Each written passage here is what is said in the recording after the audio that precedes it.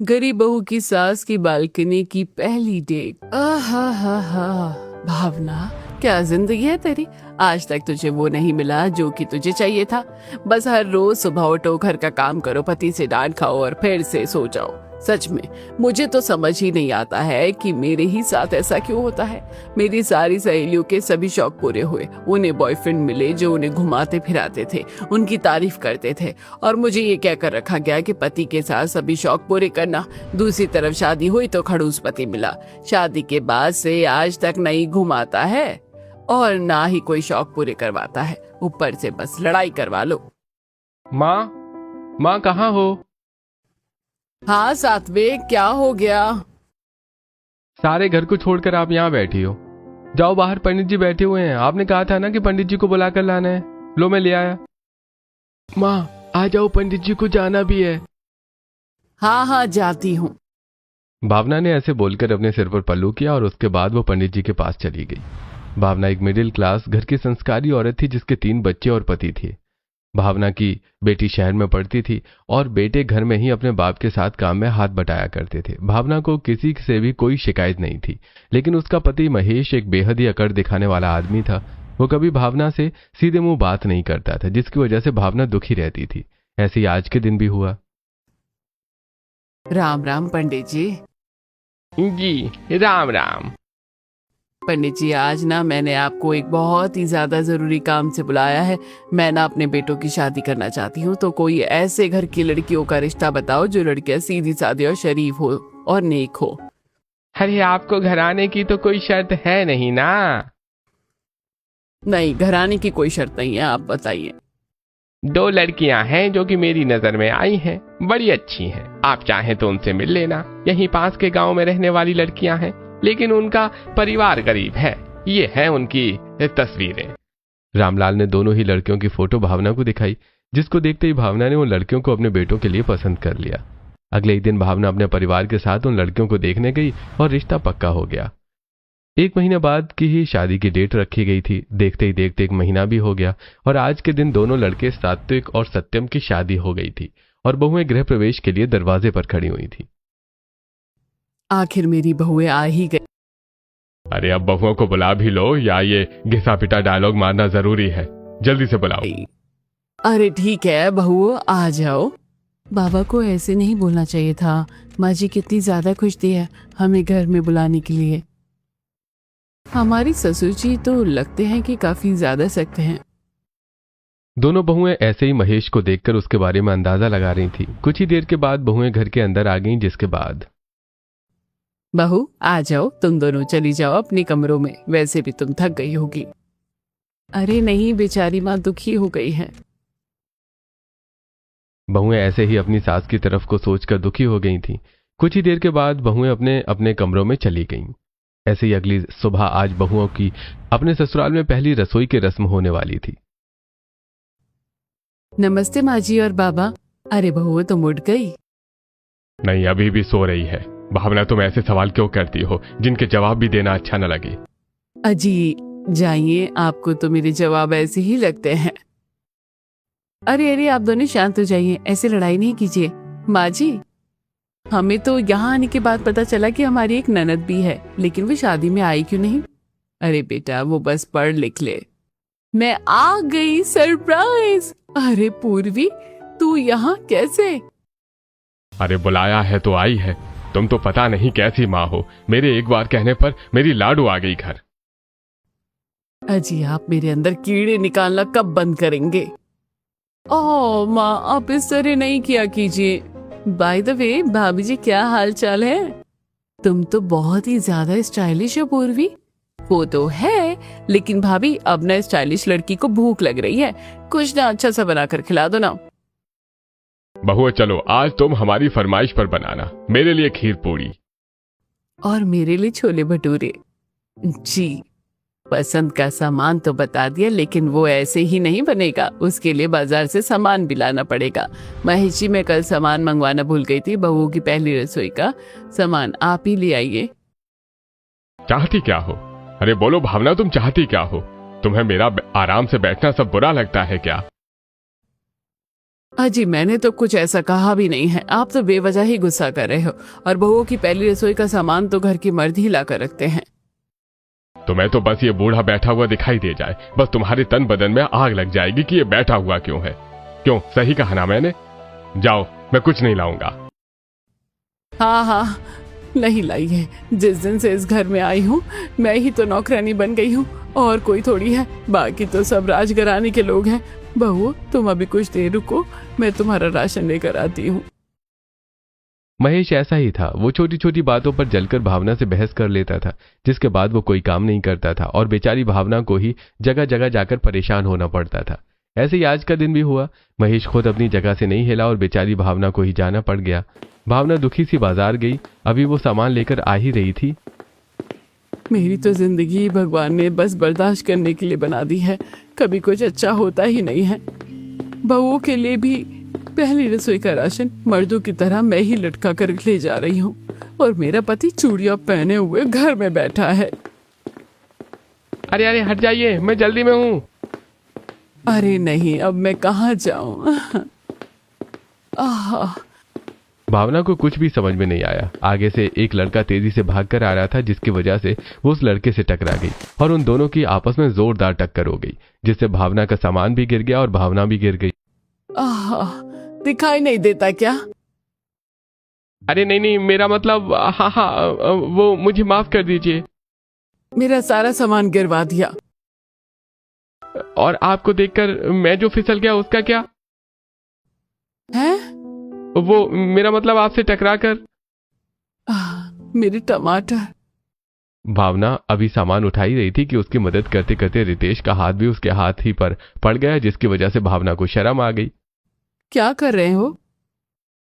अरे आपकी आंखें हैं ही इतनी प्यारी कि बस डूबने का मन कर रहा है। अब पता नहीं है कि हाथ कहाँ है और हम कहाँ। कैसी बातें कर रहे हो? मैं तुम्हारी माँ की उम्र की औरत हूँ, समझ आया? दो मेरे बेटे हैं, आइंदा मुझसे ऐसा कुछ नहीं बोलना। भावना की बात को सुनकर रितेश बस मुस्कुरा दिया, जिसके बाद भावना घर को आने लगी। रितेश भी पीछे ही था। ये मुझे ही लग रहा है या फिर वो लड़का मेरे पीछे ही है, जो भी है। भावना ऐसे ही बोलते हुए अपने घर को आ गई, जहां बहुओं ने राशन आने के बाद पहली बार रसोई का खाना बनाया। अच्छा बनाया है। कम से कम अपनी सास से तो ज्यादा ही अच्छा रसोई बना ली है तुम लड़कियों ने। फिर ये मेरी ही बहुओं से मुझे कंपेयर कर रहे हैं।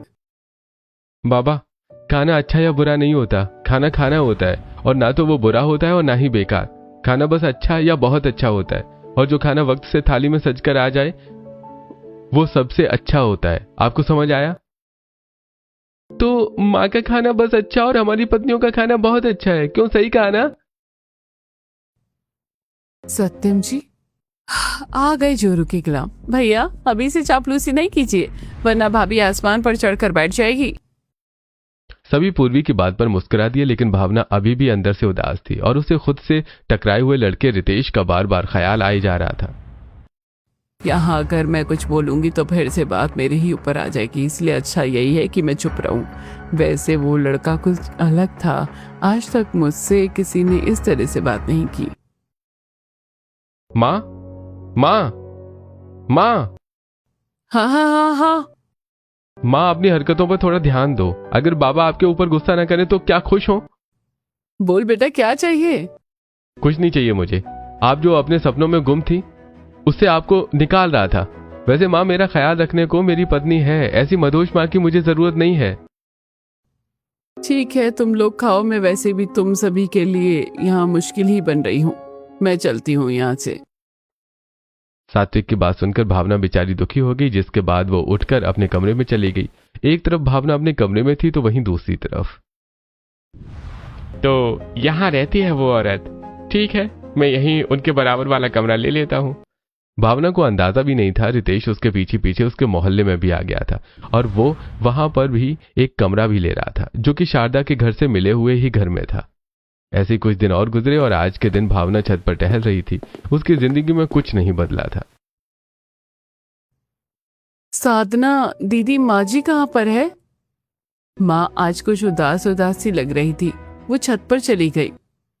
हाँ, माँ जी का उदास होना जायज है, उनकी शादी बाबा से हुई है, लेकिन वो ही उनके ऊपर ध्यान ही नहीं देते हैं, ऊपर से उन्हें डांटते ही रहते हैं। हाँ, सही कहा। दोनों बहुएं ऐसे ही बोलने लगी। वहीं भावना छत पर उदास टहल रही थी। हे भगवान, मुझे इन सब की आदत क्यों नहीं बन जाती। अब तो ये सब मेरी तकदीर का हिस्सा ही बन गया है। क्योंकि ये आपकी तकदीर का हिस्सा नहीं है, अब आपकी तकदीर बदलने वाली है। अरे तुम तो वही हो ना जिससे मैं उस दिन टकराई। हाँ, वही हूँ। वैसे आप मुझे नहीं भूल पाई, मैं भी नहीं भूल पाया हूँ। इन आंखों में, इतनी सुंदर आंखों में ये दर्द अच्छा नहीं लगता है। मुझ पर बेकार के डोरे नहीं डालना। मैं उन औरतों में से नहीं हूँ जो अपने परिवार का नाम मिट्टी में मिला देती है। क्या अपने दिल की सुनना गलत है? मैंने आपकी आंखों से दर्द देखा है। और मैं कब कह रहा हूँ कि आप मुझसे कोई रिश्ता बनाइए? हम दोस्त बनकर भी तो रह सकते हैं ना। मैं यहीं बराबर में रहने लगा हूँ और आज से मैं आपका दोस्त हूँ। आपको जो कुछ भी बात मुझसे बांटनी हो, जो आप किसी दूसरे से नहीं कह सकती हो, मुझसे कहिए। मैं आपकी सुनूंगा और कभी कभी आपको बोलने से मना नहीं करूंगा। मेरा हाथ छोड़ो। अरे सॉरी, आपका तो हाथ भी कितना मुलायम है। पकड़ने के बाद पता ही नहीं चला कि हाथ में मेरे कुछ था भी या नहीं। बड़ा मुलायम हाथ है। मेरा पति तो कभी भी मेरी तरफदारी नहीं करता, लेकिन ये कर रहा है तो मैं क्यों रितेश से बात ना करूं? क्या सोचने लगी? वो कुछ नहीं। मैं तो बस ये सोच रही थी कि मुझे एक दोस्त मिल गया जो मुझे समझता है। अरे तो आप भी मुझे समझ ही गई।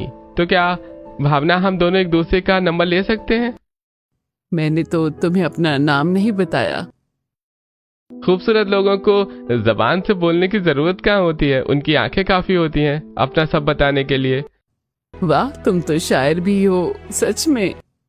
भावना रितेश की तरफ को अट्रैक्ट होती जा रही थी। उसने उससे खूब बातें की, जिसके बाद रितेश अपनी छत पर वापस चला गया और भावना खुशी खुशी नीचे आ गई। सच धज के मैं जरा बान ठन के बाण चलाओ के नैनन के आई ना जरा निहार लो खुद अपने नजर उतार लो। मैं तो सज गई रे सजना के लिए, मैं तो सज गई रे सजना के लिए। अरे माँ जी, आप आ गई। अब आपका मूड कैसा है? मैं तो ठीक हूँ, मुझे क्या होगा। अच्छा बहू, मुझे ना भूख लगी है, जल्दी से कुछ खाने को दो। मैं अपने कमरे में हूँ, वही मुझे खाना दे देना। भावना ऐसे बोलकर अपने कमरे में चली गई, जिसके बाद श्रुति उसके लिए खाना बनाने लगी। आज तो मैं खूब श्रृंगार करूंगी, जितना कि मेरा दिल करेगा। आखिर जिंदगी में पहली बार मुझे वो मिल रहा है, उस चीज का एहसास हुआ है जिसको मैं कब से चाहती थी। भावना खूब सज धज गई, जिसके बाद श्रुति उसके कमरे में नाश्ता लेकर आई। माँ जी, लीजिए नाश्ता। यही रख दे बहू। क्या बात है माँ जी, आज तो बड़ी खुश खुश लग रही हैं। खुश ही रहना चाहिए बहू, दुख देने को बहुत लोग हैं। भावना ऐसे ही बोलकर खुद को सजाने लगी। उसके इस बदलाव से श्रुति भी खुश हुई थी, लेकिन कोई जानता नहीं था कि यह बदलाव की वजह कौन था। ऐसे ही 2-4 दिन और गुजरे। अब चाहे महेश कुछ भी कहता या भावना को कितना ही उसके बेटे डांटते, वो खुश ही रहती थी। वो फोन को देखकर मुस्कुराती रहती और अपने बाल संवारती रहती थी। ऐसे दिन गुजर रहे थे और आज के दिन भावना रितेश से फोन पर बात कर रही थी। भावना मेरी जान, पता ही नहीं चला ना कि कब हमारी दोस्ती इस गहरे प्यार में बदल गई। मैं तो जिस दिन तुमसे मिली थी उसी दिन से तुम्हें चाहने लगी थी रितेश। वो तो कमबख्त मेरा पति बीच में आ जाता है, लेकिन अब मैं समझ गई हूँ कि मेरे लिए तुम ही बने हो। एकदम सही कहा। अब अगर मेरी जान को कोई ऐतराज ना हो तो क्या हम दोनों आज कहीं घूमने चलें?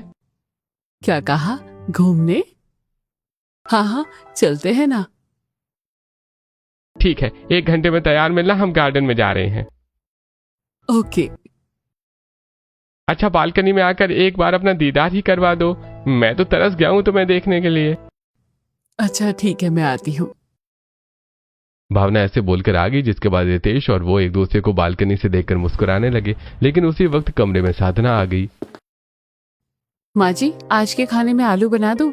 क्या हुआ माँ जी, किससे बात कर रही हो? कुछ नहीं, कुछ भी तो नहीं। अच्छा बहू, मेरी वो जो बनारसी साड़ी थी शादी वाली, वो कहाँ है? वो तो मैंने ड्राई क्लीन के लिए दे दी। आपको चाहिए थी क्या? क्या? तो अब मैं क्या पहनूंगी? नहीं, वो साफ होकर आ गई है। आपको कहीं जाना था क्या माँ जी? हाँ, मैं और मेरी सहेलियां आज पार्टी कर रही हैं। खैर, मुझे तैयार होना है, मेरी कोई अच्छी सी साड़ी प्रेस कर देना, ठीक है ना? ये माजी की कौन सी सहेलियां आ गई? पहले तो कभी माजी ने उनका जिक्र नहीं किया। जो भी है। भावना के ऊपर अब बहुओं का शक शुरू हो रहा था। भावना खूब अच्छे से तैयार हुई जैसे कि वो आज की ही कोई यंग लड़की हो, और वो टिप टॉप होकर अपने घर से निकल गई। ये माजी कहाँ जा रही है ऐसे तैयार होकर? कुछ ही देर के बाद भावना सोसाइटी से निकली जहां रितेश बाइक लेकर खड़ा हुआ था। ओहो मेरी जान, आज तो कातिल लग रही हो। क्या अब मेरे हुस्न से कत्ल ही ना हो जाना? हाय, अब ऐसे तीर जैसे अल्फाज चलाओगी तो कोई भी कत्ल हो जाएंगे। खैर चलो बैठो मेरी जान, चलो ले चलें हम तुम्हें तारों के शहर में। रितेश के पीछे भावना बैठ गई, जिसके बाद वो उसको एक पार्क में ले गया। भावना बेंच पर बैठकर इंतजार करने लगी और रितेश पीछे से आइसक्रीम लेकर आ रहा था। इंतजार के लिए माफी चाहता हूँ मोहतरमा। अब यहाँ मेरे पास ही बैठ जाओ। कितना पसीना आ गया है। अरे अरे जान, जाने दो ना, मैं ठीक हूँ। भावना और रितेश को देखकर आसपास के लोग बातें बनाने लगे। आजकल की बुढ़ियों से भी हद है, जवान जवान लड़के पटा रही है। तो बेशर्मी की तो इंतहा होती है, लेकिन आजकल के लोगों के अंदर तो लगता है कि शर्म लिहाज बाकी रह ही नहीं गए हैं। हाँ सही कहा। हाँ, खुद तो तुम भैंस और गोरिल्ले के जैसी हो, तुम्हें तो हाथी भी ना मुंह लगाए। और मेरे साथ मेरा स्मार्ट बॉयफ्रेंड है तो उसको नजर लगाना चाहती हो। तुम जैसी जल कुकड़ियों को बहुत देखा है मैंने। भावना की बात को सुनकर औरतें कुछ नहीं बोली, लेकिन वहां पर बैठी हुई किसी भी औरत को उनका वहां होना अच्छा नहीं लग रहा था। ऐसी काफी देर वो वहां रहे, जिसके बाद भावना बेबी, तुम तो वैसे ही तबाही हो, लेकिन अगर थोड़ा तुमने फैशन को बदला ना और मॉडर्न साड़ी पहनना शुरू किया तो तुम तो कातिल लगोगी, कातिल। सच में? ऐसा तो कुछ भी नहीं है। हाँ सही कहा मैंने। अरे तुम तो डार्लिंग आजकल की लड़कियों को फेल कर दोगे, एक बार ट्राई तो करो। भावना रितेश की बातों में आ गई। कुछ देर के बाद जब वो वहां से चलने को हुए तो अरे यार, क्या हो गया? क्या बात है? मेरी बाइक में इतना तेल नहीं है कि हम दोनों घर को जा सकें। अरे बेबी, तो क्या हुआ, मेरे पास तो पैसे हैं ना। चलो तुम अपनी बाइक में पेट्रोल डलवा लो। अरे बेबी, मुझे अच्छा लगेगा क्या कि तुम मेरी बाइक की टंकी फुल करवाओगी? और मुझे अच्छा लगेगा तुम्हें ऐसे परेशान होता देख। हम दोनों अलग अलग थोड़ी ना चलेंगे। अच्छा चलो, अब अगर इतना तुम कुछ बोल ही रही हो तो मैं सुन लेता हूँ। रितेश की बाइक में भावना ने फुल पेट्रोल डलवा दिया, जिसके बाद वो उसके साथ बाइक पर बैठकर घर आने लगी। लेकिन वो अपने घर तक उसके साथ नहीं आई। दूर से ही उसने रितेश को बाइक को रुकवा दिया। बस बस रितेश, अब इसके आगे मेरा एरिया है, सभी मुझे जानते हैं। मुझे पहचान जाएंगे तो गड़बड़ हो जाएगी। अब मैं यहाँ से चली जाऊंगी, तुम मुझे जाने दो। ठीक है जान, लेकिन एक वो दिन भी आएगा देखना जब तुम और मैं दोनों खुलेआम घूमेंगे और कोई कुछ नहीं कह पाएगा। रितेश की बात को सुनकर फिर से भावना ने बस एक हल्की सी मुस्कुराहट दे दी, जिसके बाद वो अपने घर को आ गई और वो बहुत ज्यादा खुश थी। आज तो बड़ा मजा आ गया। आ गई तुम? सुबह से कहाँ गायब थी? मैं कहीं गई थी। अच्छा, कहाँ गई थी? क्यों बताऊं मैं कहाँ गई थी? आप कभी बताते हो कि आप कहाँ जाते हो? किससे आपका मिलना जुलना है, बताइए। बस बहुत सह लिया मैंने और बहुत दब गई हूँ मैं आपके पांव तले। लेकिन मैं अब चुप नहीं रहूंगी। एक औरत की खामोशी को उसकी कमजोरी नहीं समझना। भावना ऐसे ही डायलॉग मारते हुए चली गई। महेश बस उसको देख रहा था। घर में सभी को भावना का यह बदला हुआ रूप काफी अजीब लग रहा था। श्रुति, माँ जी को क्या हो गया है? जो औरत हमेशा दबी दबी रहती थी वो आज अपने लिए बोल रही है। औरतों को दबना तो नहीं चाहिए दीदी, लेकिन मुझे तो दाल में कुछ काला लग रहा है। सही कहा, कुछ तो गड़बड़ है, लेकिन हम इसका पता कैसे लगाएंगे? माँ जी के ऊपर नजर रखकर। दोनों बहुओं को शक सा हो गया था कि भावना के यूं बदल जाने के पीछे किसी का तो हाथ है। ऐसी शाम हुई और शाम के वक्त खाना खा लो भाई, भूख लग रही है।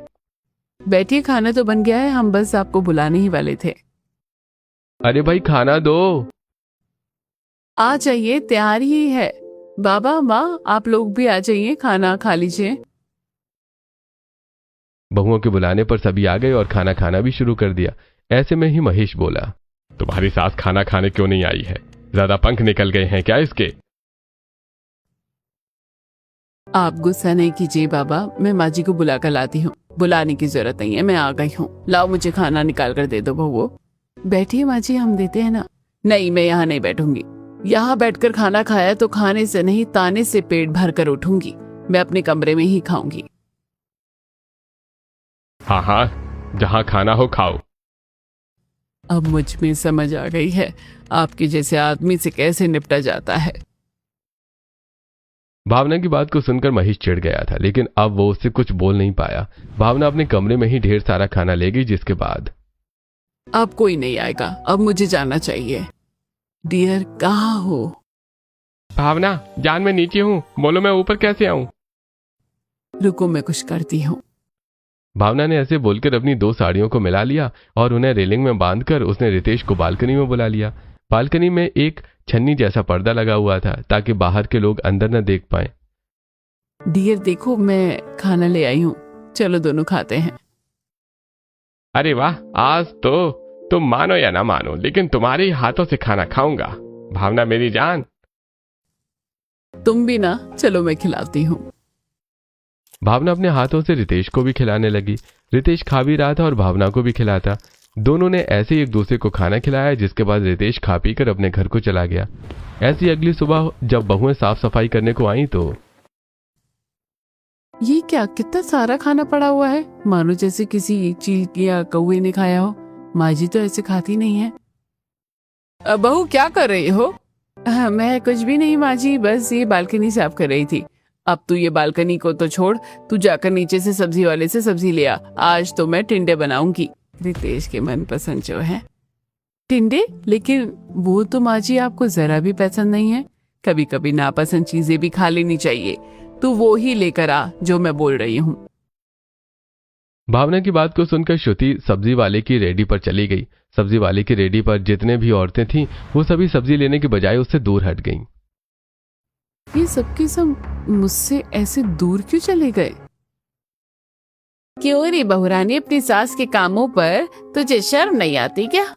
क्यों, क्या किया है मेरी सास ने जो आप ऐसे बोल रही हैं? सारे जमाने की सभी से ज्यादा बिगड़ी हुई औरत तेरी सास ही है, और कौन है? वरना तू खुद बता, कौन सी औरत अपने बच्चों की उम्र के लड़के को फंसाएगी? इससे क्या पूछती हो, ये भी ऐसी ही होगी। सही कहा। 1 मिनट, आप लोग मुझे इस तरह से जज नहीं कर सकती हैं, समझ आया? क्या है मेरी सास ने ऐसा जो कि आप ऐसे बोल रही हैं? कल आधी रात को तेरी सास बालकनी में अपने प्रेमी के साथ थी। हमने खुद इन्हीं 2 आंखों से देखा था। उसने अपनी साड़ी बांधकर उसको बालकनी में बुलाया, वो भी चढ़ता हुआ चला गया, और फिर उसके साथ उसके हाथों से खाना खाया उस बेशरम औरत ने। हाँ, कोई खूबसूरत लड़का दिखा नहीं कि ऐसी औरतों की नीयत बिगड़ जाती है। सभी आसपास के लोग श्रुति बेचारी को ही भावना के साथ साथ गलत समझ रहे थे। श्रुति उस वक्त कुछ नहीं बोली, क्योंकि उसको न तो सच का पता था और न ही उसने ये मंजर अपनी आंखों से देखा था। लेकिन उसने सारी बात साधना को बता दी। अगर माँ जी ऐसे किसी लड़के को घर में बुला रही है तो ये अच्छा नहीं है। पता नहीं वो किस इरादे से आता है, लेकिन हम क्या करें? हम अपने पति और ससुर को तो नहीं बता सकते हैं, क्योंकि हम सच नहीं जानते हैं, और उन्हें बताया तो घर में भूचाल आ जाएगा। नहीं, ये सब तो ठीक नहीं है। अब बस एक ही घर का सदस्य है जिससे हम सभी बातें बांट सकते हैं, और वो है पूर्वी। सही कहा, ये तो बहुत ही ज्यादा अच्छा रहेगा। तो ठीक है, हम अभी पूर्वी से बात करके उसको यहाँ बुला लेते हैं, इससे पहले कि कोई बहुत बड़ी अनहोनी हो जाए। श्रुति और साधना पूर्वी को फोन लगाकर उसको सभी बातें बताने लगी, तो वहीं दूसरी तरफ भावना। बताओ रितेश, तुम क्या खाओगे? अरे मैं कैसे बता सकता हूँ डियर, एक तो तुम मुझे यहाँ इतने महंगे रेस्टोरेंट में ले आई, अब ऊपर से मुझे मेरी पसंद का खाना खिलाकर शर्मिंदा करना चाहती हो। नहीं, तुम पागल हो क्या? मैं तुम्हें शर्मिंदा नहीं करूंगी। हम दोनों 2 महीने से ज्यादा वक्त से एक दूसरे के साथ रिलेशनशिप में हैं, तो क्या अभी भी तुम मेरे साथ कंफर्टेबल नहीं हो? अरे नहीं बेबी, मैं ये नहीं कहना चाहता था। अच्छा, जो मन करे वो खिलाओ, मैं खुश हूँ। या चलो, तुम्हारी खुशी के लिए मैं ऑर्डर दे ही देता हूँ। रितेश ने अपनी पसंद का ऑर्डर दिया, जिसकी वजह से भावना भी खुश हो गई, और भावना और रितेश ने मिलकर खाना खाया। ऐसे दिन गुजर रहे थे जब पूर्वी को अपनी माँ की हरकतों के बारे में उसकी भाभियों ने बताया, तो वो भी अपने घर आ गई। हेलो, मैं घर आ गई। अरे वाह, आओ पूर्वी। माँ कहाँ है भाभी? माँ जी अभी तो यहीं ही थी, मैं देखती हूँ। पूर्वी भावना को देखने लगी। उसकी भावना बालकनी में दिखाई दी। माँ कहाँ है? ये रही माँ। ये क्या क्या माँ सिंग्स लैंग्वेज में बात कर रही हो? मैं तुमसे शाम को मिलूंगी। हो, डरा दिया ना आपको? पूर्वी तू यहाँ, तूने तो मेरी जान ही निकाल दी थी बच्चे। किससे कल मिलने की बात हो रही है? अरे नहीं। जरा मैं भी तो देखूं। अरे यहाँ तो कोई नहीं है। अरे वो तो सुषमा जी थी, चली गई वो। माँ ये क्या, आपने तो अपना लुक ही बदल दिया। अभी जब मैं गई थी वो अपनी संस्कारी और भोली सी माँ को छोड़कर गई थी, और अब आकर देख रही हूँ तो आप तो बड़ी बन गई हो, बड़ी। हाँ हाँ हाँ। भावना ऐसे ही घबराते हुए आ गई।